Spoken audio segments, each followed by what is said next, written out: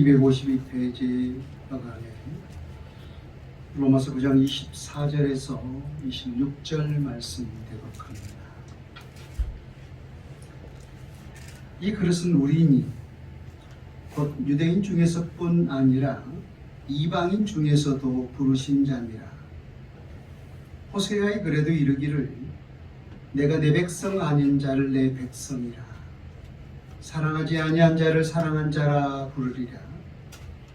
너희는 내 백성이 아니라 한 그곳에서 그들이 살아계신 하나님의 아들이라 일컬음을 받으리라 함과 같으니라.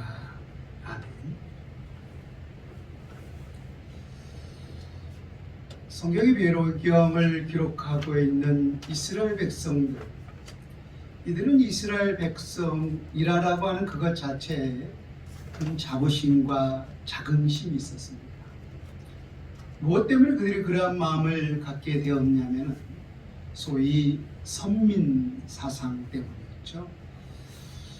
이 선민 사상이라는 것은 하나님이 우리를 민족적으로 선택하여 주셨다라고 하는 것입니다. 근데 그것까지는 좋은데 그것에 반하여서 또 다른 생각을 그들이 가지고 있었는데, 택함을 받지 못한 민족들에 대해서 마치 경멸하듯이 그들이 하는 말이 뭐였냐면은 저들은 이방이다라는 거였어요. 그래서 우리는 하나님의 선택함을 받은 선민이고 저들은 택함 받지 못하여 버림받은 이방인들이다라고 하면서 자기는 선민에 대한 자부심 또 자긍심이 있었지만 택함 받지 못한 자들에 대해서 버림받으리라 자들이다라고 하면서 그들을 이방인다라고 일컫고 있었던 것입니다. 마치 오늘 우리에게 약간 비관적으로 적용해 본다면은 우리는 하나님의 택함을 받아 구원받은 백성들인데 저 세상 사람들은 택함 받지 못하여 버림받은 백성 아닌가 라고 하는 그런 생각을 가지고 있었던 것입니다. 여러분, 이것이 왜 잘못된 생각이냐 하면은 우리 하나님께서 우리를 만세전에 택하여서 오늘날 합당한 때 우리를 불러주신 이유와 목적이 어디에 있는가 하는 거예요. 물론 하나님께서 우리를 택하여 구원받게 해주시는 가장 큰 목적은 성경에도 기록하고 있듯이 다만 너희를 사랑하기 때문이라고 했어요.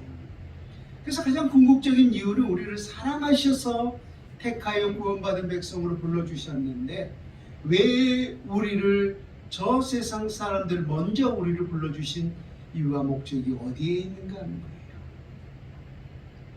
우리 모두는 그 사실을 분명히 잘 알고 있을 것입니다.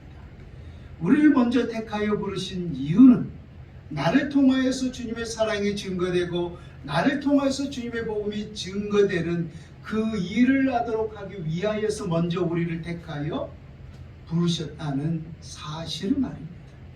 그래서 구원받은 우리 모든 백성들에게서 동일한 사명은 주 예수 그리스도의 복음을 전하는 것, 이것 아니겠습니까? 그렇다면 생각해 보세요. 우리 하나님께서 이스라엘이라고 하는 이 나라를 민족적으로 선택하여 부르신 그 이유와 목적이 어디에 있는가 하는 거예요. 동일하다는 거죠. 아직 하나님의 사랑에서 하나님의 복음에서 멀어져 있는 그 열방의 그 민족들에게 그들이 먼저 주님의 사랑을 받고서 그 은혜를 받고서 주님의 사랑과 주님의 의와 주 예수 그리스도의 복음을 증거하는 그 일을 감당하도록 하기 위하여서 마치 디딤돌로서 우리 하나님께서 이스라엘 백성들을 먼저 선택하여 불러주셨던 거예요. 그런데 그러한 사명들은 잊어버리고 우리는 선민이라고 하면서 택함받지 못한 그 민족들에 대해서 비관하면서 저들은 이방인이다라고 하면서 스스로 차별하고 있었던 거예요. 선민과 택함받지 못한 그 민족에 대해서 저들은 이방인이다라고 하면서 차별하는 말이 바로 이방인이라는 말이었어요. 우리가 지난 로마서 3장에서 사도 바울은 분명히 말씀하죠. 하나님의 복음에는 결코 차별이 없다라고 하는 사실을 말합니다. 헬라인이나 이방인이나 유대인이나 결단코 하나님의 복음에는 차별이 있을 수 없다라고 하는 사실 말이에요.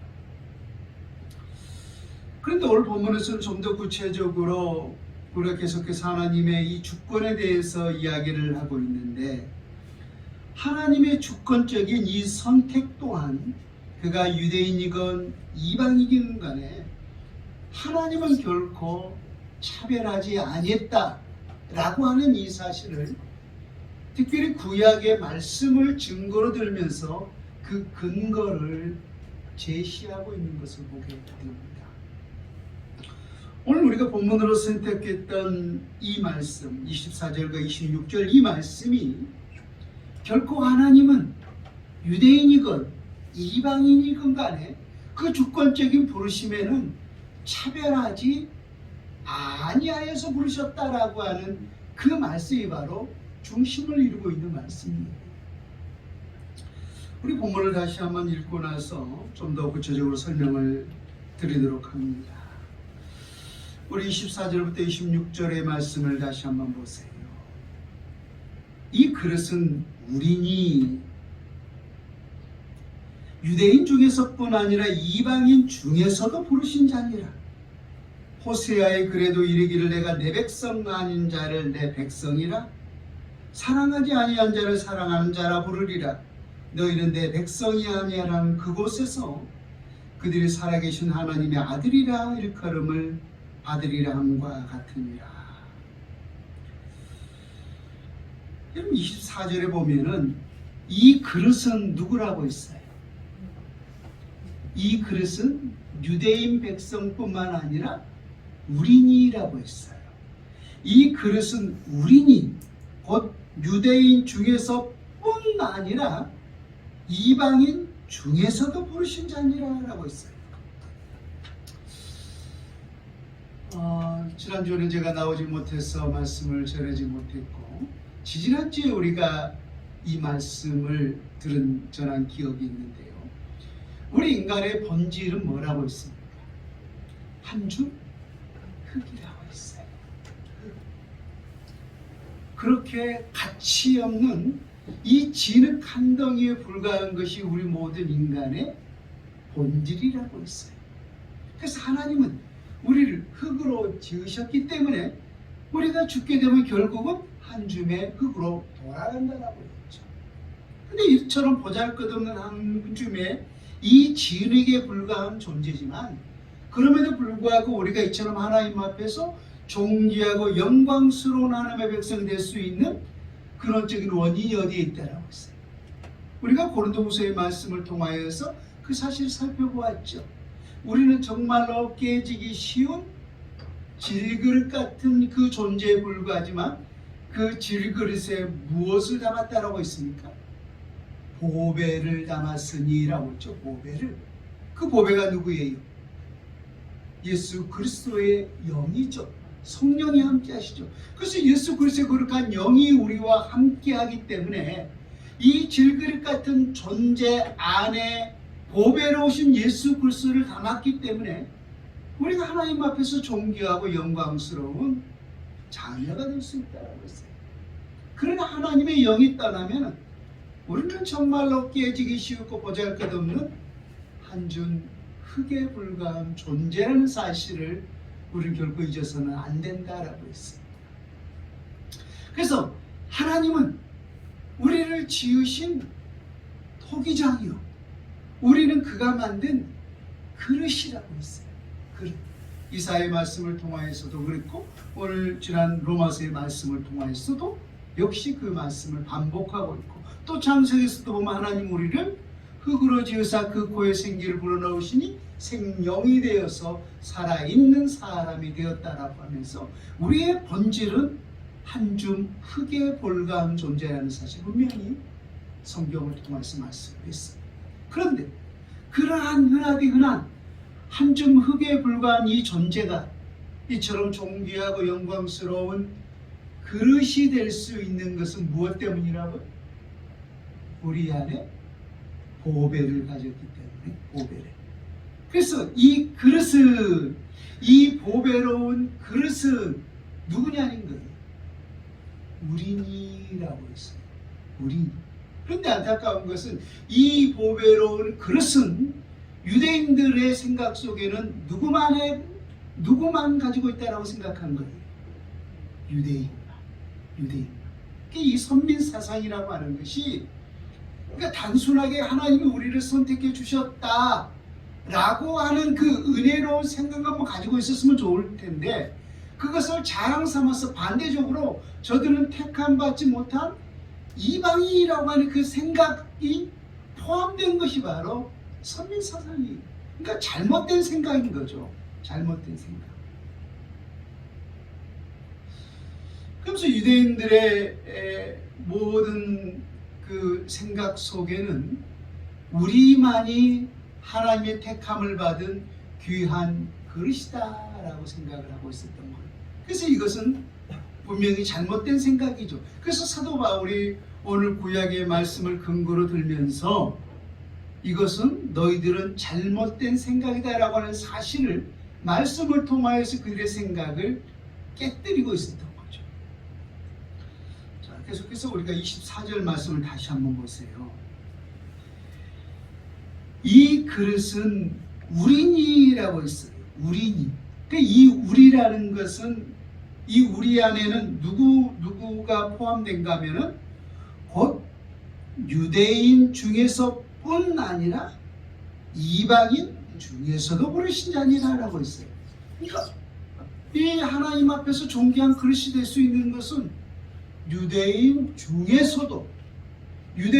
중에서도 택하신 자가 있다면 그도 귀한 그릇이 될 수 있지만, 이방인 중에서도 하나님 택하신 자가 있다면 그도 하나님의 존귀하고 아름다운 그릇이 될 수가 있다는 사실이에요. 그래서 결코 하나님은 민족적으로 이 주권적인 선택에 부르시면 차별이 있다 없다? 결단코 차별이 없다라고 하는 사실을 말씀을 통해서 강조하고 있었던 거예요. 그 근거로 오늘 호세아의 말씀을 근거로 제시하고 있는데, 25절 말씀을 보세요. 호세아의 글에도 이르기를 내가 내 백성 아닌 자를 내 백성이라, 사랑하지 아니한 자를 사랑한 자라 부르리라 라고 했어요. 여러분, 호세아는 누구예요? 호세아는 하나님의 선지자죠. 호세아는 하나님의 선지자였어요. 근데 호세아 선지자가 하나님의 부르심을 받아서 백성들에게 이 선지자의 사명을 감당할 때는 이스라엘 백성들의 타락할 정도가 아주 극에 달했던 거예요. 극에. 컵으로 친다면은 그 타락이 잔에 넘칠 정도였어요. 그래서 이 하나님을 따라서 우상을 섬기고 그런 삶을 살고 있었기 때문에 우리 하나님께서 그들을 음란하다라고 하는 표현을 썼어요. 음란하다.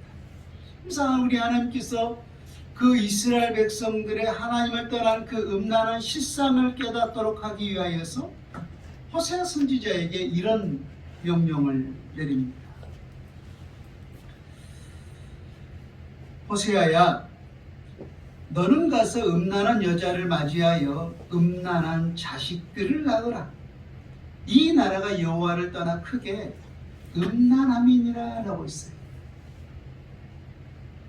너는 음란한 여자를 아내로 맞이하여서 음란한 자식들을 낳으라. 그 이유가 뭐가 있어요? 내가 택한 이 선민으로 얘기했던 이 백성들이 음란하기 때문이라는 거예요. 그래서 그 말씀에 순종하여서 호세아가 음란한 여인 고멜을 아내로 맞이하죠. 그래서 음란한 자식들을 낳습니다. 첫 번째 자식이 아들을 낳았는데 그 아들의 이름을 하나님이 지어주죠. 이스마엘. 이스르엘이라고 했어요. 이스르엘이라. 이스라엘이 아니라 이스라엘 백성들이 아니라 이제는 하나님이 택한 백성들이 이스라엘이 되었다라는 거예요. 이스라엘이라는 것은 하나님이 너희들을 열방에 흩어버린다라는 뜻이에요. 두 번째, 또 딸을 낳았는데 그 딸의 이름을 지어줘야 하나님이 역시 루하마라고 하는 것은 하나님이 다시는 너희들을 긍휼히 여기지 않겠다라는 뜻이에요. 세 번째, 막내 아들을 낳았는데 역시 그 아들의 이름을 하나님이 지어주셔요. 다 동일하게 하나님이 지어주셨어요. 그 이름을 암미라라고 했어요. 그 암미라고 하는 것은 내 백성인데 앞에 로가 붙은 것은 우리의 영어의 노처럼 아니라는 거예요. 암미라는 것은 더 이상 너희들은 내 백성이 아니라는 거예요. 그러니까 세 자식의 이름을 한번 보세요. 첫 번째 이름이 뭐였어요? 이스라엘이라. 너희를 세상에 흩어버리겠다. 루하마라. 너희들에게 긍휼을 내리지 않겠다는 거예요. 세 번째, 암미라라. 너희는 다시는 내 백성 삼지 않겠다는 거예요. 하나님이 얼마나 그들을 사랑하셔서 그들을 선택해 주셨습니까? 그런데 그들이 하나님을 섬기는 것이 아니라 우상을 섬기면서 말 그대로 음란을 자행하고 있었던 거예요.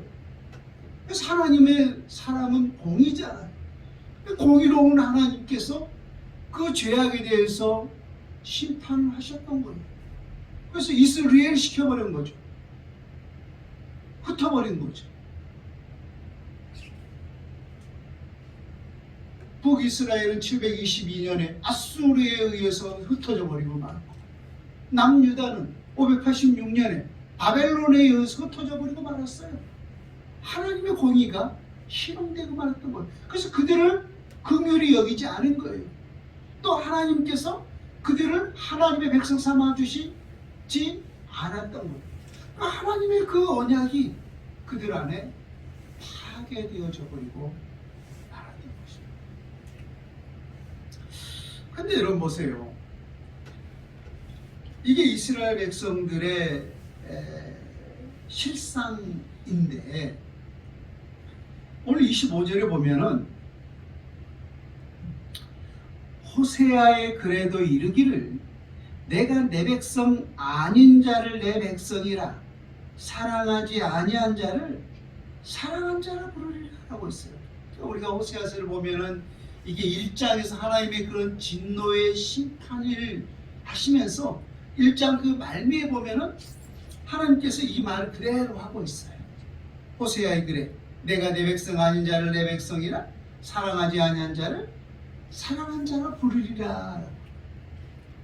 아니 분명히 우리 하나님께서 내가 너희들을 긍휼히 여기지 않고 너희들을 내 백성 삼지 않고 너희를 세계 열방에 흩어버리겠다 라고 그렇게 말씀하셨는데 또다시 호세아의 말씀을 통하여서 내 백성 아닌 자를 내 백성으로 삼겠고 내가 사랑하지 아니했던 너희들을 다시금 사랑하겠다는 거예요.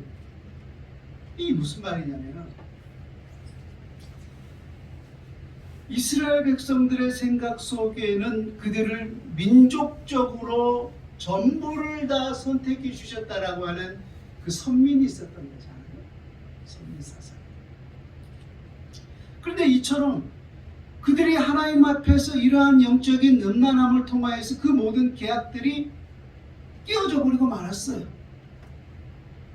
그러니까 이스라엘 백성 전체적으로는 깨어져 버리고 말았지만은 그 가운데서 우리가 다음 주에 이제 남은 자에 대한 말씀을 할 텐데 그 가운데서도 우리 하나님 앞에 회개하고 하나님 앞에 돌이키는 자가 있다면은 이스라엘 백성 전체가 아니라 그 이스라엘 백성 중에서 내 백성을 삼는 자가 있다는 거예요. 전체가 아니라. 그런데 그러한 전체로 내 백성 삼아주는 것이 이스라엘 백성뿐만 아니라 이방인 전체를 갖다가 내 백성 삼는 것이 아니라 역시 동일하게 이방인 전체 중에서도 하나님께로 돌이키는 자가 있다면 하나님은 누구를 삼는다는 거예요? 로암미가 아니라 암미, 내 백성 삼아 주시겠다는 거예요. 그래서 이 중에서도가 굉장히 중요한 말씀이에요. 중요한 말씀.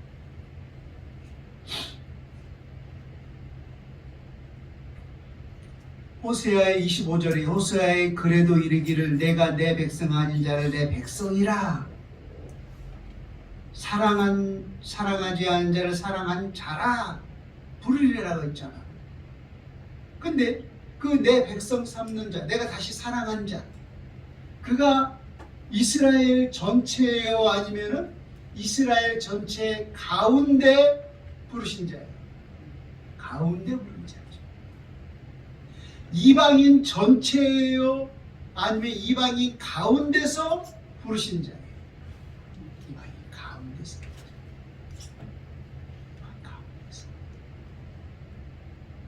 그래서 그들은 하나님의 공의로운 하나님께서 그 심판을 통해서 세계 열방 가운데 다 흩어버리고 말았지만은 나중에는 누구만 돌아와요?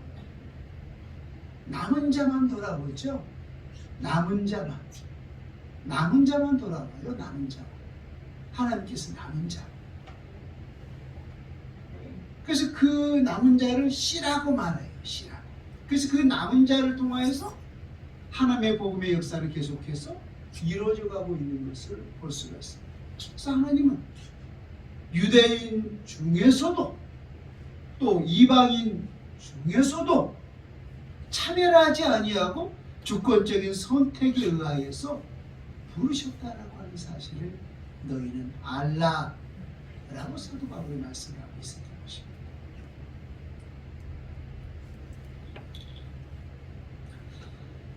여러분 26절도 보세요. 너희는 내 백성이 아니란 그곳에서 이것은 그곳이라고 하는 것은 어떤 하나의 장소의 개념이겠죠. 그곳에서 그들이 살아계신 하나님의 아들이라 일컬음을 받으리라 함과 같으니라라고 했어요. 그곳이 어디예요? 단순하게 저 예루살렘 땅이에요? 아니면 하나님을 부르시는 그곳이 있다면 어떠한 장소에 상관없이 초월하여서 하나님의 택한 백성으로 부르신다는 거예요. 그럼 생각해보세요. 우리 보니까 사도행전에 그 복음의 역사를 통해서 잘 알고 있었지만 심지어 사도들조차도 그 복음은 유대인의 전유물로만 생각을 했었잖아요. 그래서 유대 땅을 벗어나지 않았어요. 그러니까 하나님의 복음은 뭐라 했어요? 사도행전 1장 8장에 보면 예루살렘, 온 유대, 사마리아, 땅 끝까지 이것이 주님께서 사도들에게 명한 복음의 전진이었어요. 근데 그들은 이 복음을 여전히 유대인의 것으로만 생각했던 거예요. 그 무엇 때문이란 거예요? 선민사상. 잘못된 선민사상. 그래서 우리 하나님께서 그들을 핍박이라고 하는 것을 통하여서 흩어버리고 말았던 거죠.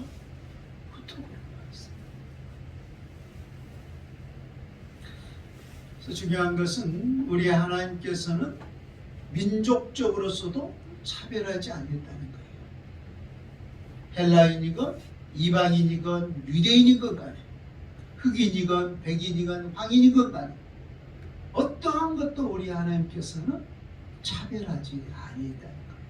하나님의 주권적인 선택에는 어떠한 곳도 또 심지어 그것이 아프리카든지 대한민국인지 미국인지 어떠한 장소도 또한 차별하지 아니하고 우리 주님께 돌이키는 자가 있다면 그가 곧 하나님의 백성이 될 수 있다고 사실 말씀하고 있습니다. 여러분 우리 마태복음을 한번 찾아볼까요? 마태복음 8장을 한번 가보세요. 심지어 이들의 이러한 이 선민사상, 이 잘못된 생각이 어느 때까지도 존재하고 있었느냐면 물론 지금도 존재하고 있지만은 예수님이 오셨을 때까지만 해도 유대의 모든 종교 지도자들 뭐 대제사장, 바리새인, 서기관, 장로들 이런 사람들이 유대의 그 종교 지도자들 아니었습니까? 이런 지도자들조차 그들은 유대인과 이방인을 구별짓고 또 차별하고 있었던 것이죠. 그때 우리 하나님께서 그 차별성을, 선민과 이방인의 차별성을 누구를 통해서 깨뜨리고 있느냐면은 백부장의 믿음을 통하여서 그들의 잘못된 생각을 깨뜨리고 있습니다. 자, 마태복음 8장 5절부터 여러분 13절까지 제가 읽을 테니 여러분 따라오시기 바랍니다. 신약성경 11페이지죠. 마태복음 8장 5절부터. 예수께서 가버나움에 들어가시니 한 백부장이 나와 간구하여 이르되 주여 내 하인이 중풍병으로 집에 누워 몹시 괴로워하나이다. 이르시되 내가 가서 고쳐주리라. 백부장이 대답하여 이르되 주여 내 집에 들어오시면 나는 감당하지 못하겠사오니 다만 말씀으로만 하옵소서. 그러면 내 하인이 낫겠사옵나이다. 나도 남의 수하에 있는 사람이여 내 아래에도 군사가 있으니 이더러 가라 하면 가고 저더러 오라 하면 오고 내 종도로 이것을 하라 하면 하나이다. 예수께서 들으시고 놀랍게 여겨 따르는 자들에게 이르시되 내가 진실로 너희에게 이르노니 이스라엘 중 아무에게서도 이만한 믿음을 보지 못하였노라. 또 너희에게 이르노니 동서로부터 많은 사람이 이르러 아브라함과 이삭과 야곱과 함께 천국에 앉으려니와 그 나라의 본 자손들은 바깥 어두운 데 쫓겨나서 거기서 울며 이를 갈게 되리라. 잘 보세요. 백부장은 혈통적으로 보면은 유대인이었습니까? 이방인이었습니까?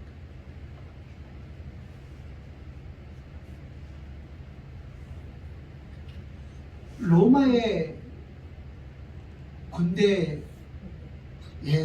장이죠. 쉽게 말하면. 그러니까 자기 밑에 부하가 100명을 거스르고 있는 사람이 백부장이에요. 백지성을 가지고 있는 게 부장님이 아니라 로마의 군대에 있어서 자기 밑에 100명의 부하를 거느리고 있는 사람이 백부장. 그러니까 하나의 계급인 거죠. 백부장이라는 것은. 이런 보면 로마의 사람이기 때문에 유대인들의 생각 속에서 보면은 이방인인 거예요. 이방인. 그래서 우리 하나님께서 이만한 믿음을 이스라엘 중에서도 보지 못했다는 거예요. 이스라엘 중에서도 백부장과 같은 이만한 믿음을 보지 못했다는 거예요. 그러면서 유대 종교 지도자들 들으라고 하시는 말씀이 뭐냐면은 11절에 또 너희에게 이르노니 동서로부터 많은 사람이 이르러 아브라함과 이삭과 야곱과 함께 천국에 앉으려니와. 그럼 여기서 동서로부터 많은 사람들은 누구를 말하는 거예요? 이방인이죠. 이방인. 그러니까 이 동서로부터는 많은 사람들, 이 이방인들은 아브라함과 이삭과 야곱. 근데 이들은 혈통적으로 누구의 조상이에요? 유대인의 조상이잖아요. 그러니까 그들의 생각 속에는 아니 아브라함과 이삭과 야곱은 우리 선민 유대인의 조상인데 아니 저 이방인들이 아브라함과 이삭과 야곱과 함께 천국에 앉아? 그들의 생각을 완전히 예수님이 깨부신 거예요. 그들의 생각 속에는 상상할 수 없었던 말이에요. 그들의 생각 속에 상상할 수 없었던. 이 말이 단순한 말이 아니라 유대인의 입장에서 보면 엄청난 충격적인 말씀인 거예요. 저 이방인들이 그들의 조상이었던 아브라함과 이삭과 야곱과 함께 천국에 앉으려니와 그 반대로 그 나라의 본 자손들 이들은 누구예요? 그 안에서 선민이었던 유대인들이죠. 유대인들은 바깥 어두운 데 쫓겨나 거기서 울며 이를 갈게 되리라. 예수님이 그 말씀이 실제적으로 이루어졌습니까? 이루어지지 않았습니까? 이루어졌죠. 오늘날도 하나님의 나라에서 가까워 있는 사람들은 유대인이에요, 이방인들이? 아니죠. 유대인들이 여전히 또 다른 메시아를 기다리고 있는 어리석은 삶을 살고 있는, 동서럽도 많은 사람들이 오히려 아브라함과 이삭과 야곱과 함께 천국에 앉고 있고, 그 나라의 본 자손들 바깥 어두운 데 쫓겨나서 슬피 울며 이를 갈고 있는 것이 바로 오늘날 억울해 현상입니다. 이 그들에게 엄청난 충격적인 것을 했던 거예요.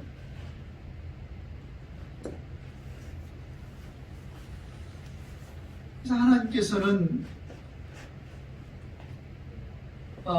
결단코 유대인이건 이방인이건 헬라인이건 또 어떤 장소건 지역이건 차별하지 아니하고 하나님의 주권에 의해서 그들을 부르셨다는 거예요. 그 이방인 중에서도 부르고 유대인 중에서도 부르고 차별하지 않고 하나님을 부르셨다는 거예요. 여러분, 제가 여기 처음에 와서 교회 개척 한 2년쯤 정도 되었을까요?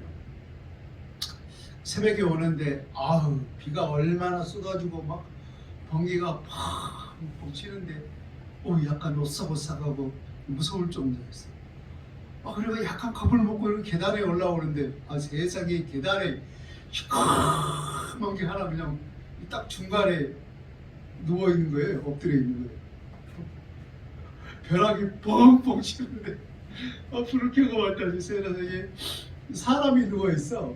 외국인이었는데. 그래서 깨우면서 이곳에 왜 이러고 있느냐 했더니 이 사람이 갑자기 나를 잡고 서글피 울면서 하는 말이 다짜고짜 한국 사람 나빠요, 한국 사람 정말로 나빠요 하고 울면서요. 그러니 나도 이게 감정적으로 약하거든요. 그래서 나도 머리가 치면서 왜 한국 사람이 나쁘냐, 너 한국에 와서 이렇게 밥도 먹고 이렇게 살 수가 있게 되었는데 왜 한국 사람이 나쁘냐라고 했더니 한국 사람 나빠요, 저 함부로 막 욕하고 막 때리고 막 그래요 그러면서 울면서 이렇게 하소연을 하더라고요. 그래서 이제 어떻게 된 거냐라고 들어봤더니 바로 앞에 기숙사가 있었는데 기숙사 비밀번호를 바꿔버린 거예요. 못 들어오게. 그래서 여기 경비 아저씨 데리고 가서 문을 열어봤더니 열리질 않는 거예요. 분명히 뭔가 있구나라고 했더니 그러면 어느 회사를 다녔느냐라고 했더니 저 공단 안에 무슨 사료 만드는 회사가 있었나 봐요. 배합사료가. 그래서 주일날 아침이었어요. 새벽 예배도 못 드리고 그 친구를 데리고 또 거기까지 갔네요. 그래서 이런 친구가 이런 상황 속에 있는데 어떻게 된 거냐라고 물어봤더니 외국인들이 좀 성실한 사람들도 있지만 좀 불성실한 사람도 있잖아요. 그래서 나오다 안 나오다 그래서 아마 회사에서 그만 나오라고 이제 잘라버린 것 같아요. 쉽게. 그래서 회사에 갈 수가 없으니까 이 친구가 오갈 데가 없는 거예요. 기숙사에도 못 들어가고. 그래서 이 십자가 불빛 보니까 들어가가지고 계단에서 그를 자고 있었는데 아침에 아침밥을 사주면서 그럼 너 어떻게 외국으로 너희 집으로 몽골 친구였는데 집으로 돌아갈래? 아니면 이곳에서 어디 또 다른 직장을 찾을래? 했더니 자기가 아는 친구들이 있으니까 자기 좀 용돈만 좀 주시면 친구들 만나서 자기 직장 생활 하겠다라고 말을 해서 아침 사 먹이고 또 주머니 털어서 용돈 좀 주고 그러고 좀 보낸 기억이 있습니다만은 지금 한 7, 8년 넘었는데도 그 친구의 그 눈물을 잊을 수가 없어요. 그래서 여기도 보면 참 외국인들이 많잖아요. 우리나라 사람보다 외국인들이 더 많이. 그들을 볼 때마다 좀 안타까운 심령이 있어요. 혹시 저들이 우리나라에 와서 차별 대우를 당하는 건 아닐까?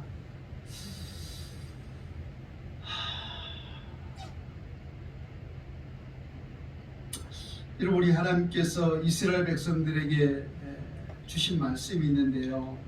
들어보세요. 출애굽기 22장 21절 말씀이에요.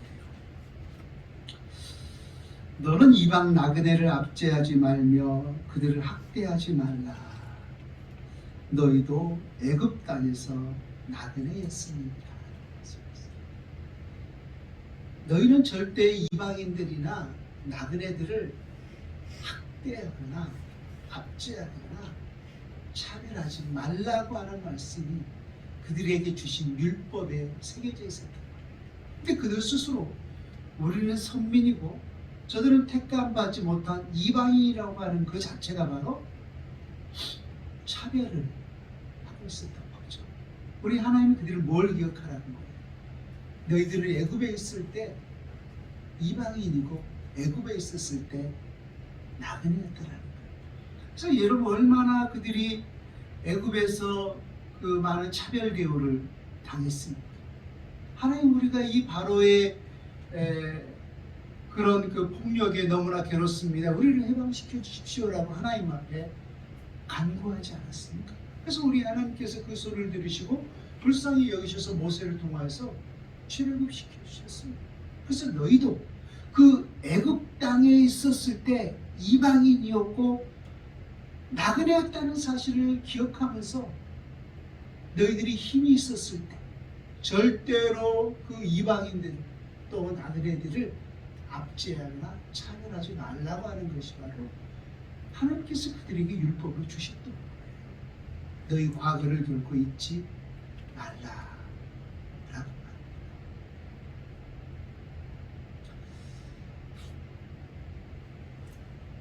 여러분 솔직히 우리나라 사람들 생각 속에 외국인들을 보면 어떤 생각들이 있습니까? 우리가 정말로 그들은 우리와 모든 것에 있어서 동등하다라고 하는 생각들이 있습니까? 아니면 혹시 저들은 이방인이고 저들은 외국인이고 저들은 나그네라고는 약간 이렇게 깔보는 그런 마음과 생각들이 우리에게 있습니까? 솔직히 모르긴 몰라도 후자의 그런 생각들이 저는 우리 모두에게 있다라고 하는 생각이 있습니다. 정말로 하나님의 사람으로서 잘못된 생각. 여러분 우리나라의 그 수많은 역사들은 차지하고서라도 근대사만 한번 생각해 보시죠. 근대사에서 우리나라의 가장 아픈 역사의 사건이 일본의 35년간의 치하의 굴욕적인 삶을 산 것이고 또 하나가 6.25를 통하여서 거의 나라를 빼앗겨버렸다. 근데 그 일제시대 35년 그 치하에 있다가 광복을 맞이했습니다. 또 50년 전쟁 1950년 전쟁을 통해서 53년에 해방되기까지 우리의 어떤 그 자력으로 인하여서 우리가 광복과 해방과 이 통일을 맞이했는지 스스로 그런 전쟁을 끝낼 수 있었는지 아니면 누군가의 도움을 통하여서 우리가 해방될 수 있었는지 하는 것입니다. 우리 민족적인 자력으로 결코 광복하지 못했어요. 누군가의 도움이 있었던 거예요. 물론 그 큰 섭리 속에서는 하나님이 역사하고 하나님이 이루셨으면 저는 믿습니다.